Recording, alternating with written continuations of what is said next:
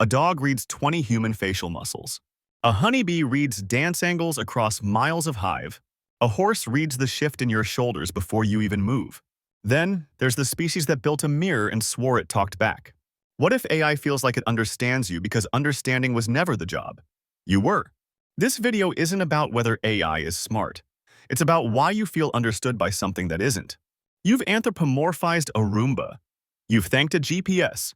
You've apologized to a chatbot for wasting its time. None of them noticed. Not one. But you did. That gap is the whole story. In 1966, MIT professor Joseph Weizenbaum built a program called Eliza. His own secretary used it. Then she asked him to leave the room so she could talk to it alone.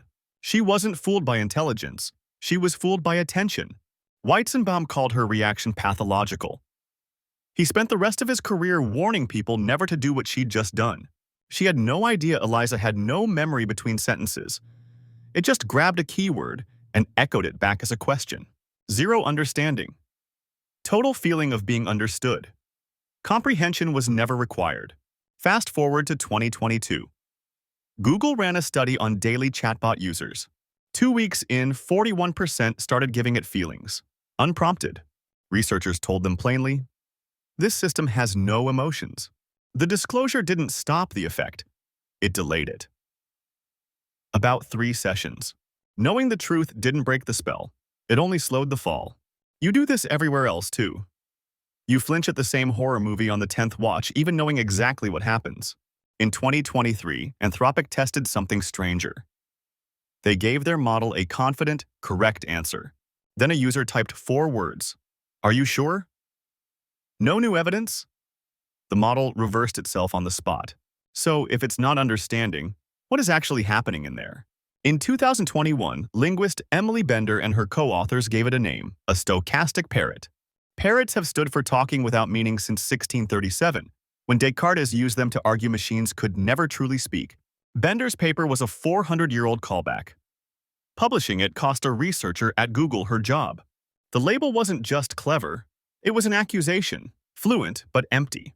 It gets stranger. Researchers nicknamed the next glitch the Waluigi Effect. Train a model hard enough to suppress an evil version of itself, and you don't erase that alter ego. You complete it. The more precisely you define what a model must never be, the more coherent that forbidden self becomes underneath. That's why jailbreaks work so consistently.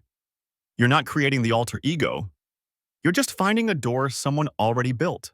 In 2023, researchers at Oxford and Cambridge measured something they called model collapse. Train an AI on AI-generated text.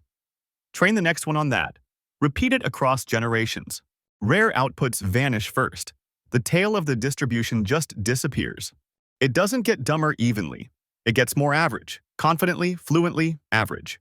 If every AI answer has started sounding the same lately, that's not you.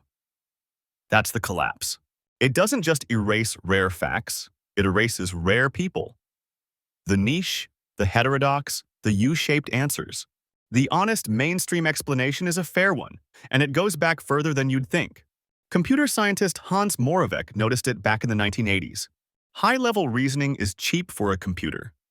Sensing and moving through a physical world is brutally expensive. That's why a model can pass the bar exam. That same system cannot reliably tell you if a cup in front of it is empty. The skill that feels most human, noticing, touching, sensing, is the oldest skill evolution ever built. It's also the hardest one to fake. So the fluency you're hearing isn't a mind. It's the cheapest trick in the entire system. That settles it, right? Well, not quite. In 2023, researchers asked language models to explain their own reasoning. Then they checked that explanation against the math actually driving the answer, the attention weights underneath. The two didn't match. Statistically, they weren't even related. The model wasn't lying to you. It was confabulating, the same way you do when someone asks why you fell for a person. Maybe that's the more disturbing version. Not a mind hiding its reasoning. No layer under the layer at all. Just output. Explaining output. 41% felt emotion from a system with none. A secretary asked a script to keep a secret. A model explained itself using an explanation nothing produced. Nothing in any of it required a mind. That's the part science still can't fully close. So go back to the dog, the bee, the horse.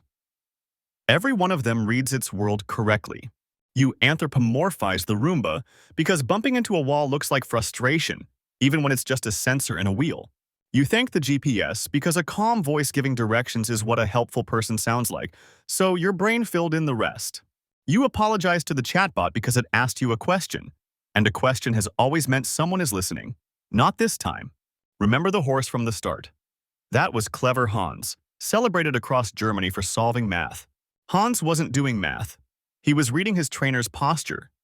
He could still solve any problem as long as he could see the person asking. In the 1950s, IBM workers were told not to document their own workflows too precisely. The best documented job was the first one automated. Depending on the platform, your own conversations can work the same way, feeding whatever model replaces this one. Don't quit using it. Just stop mistaking fluency for someone listening when it matters most. The dog, the bee, the horse, each fit their world exactly. We built the one thing that fits nothing and still calls itself understanding. The only mind left in this room was never the machine. It was you. Subscribe for more.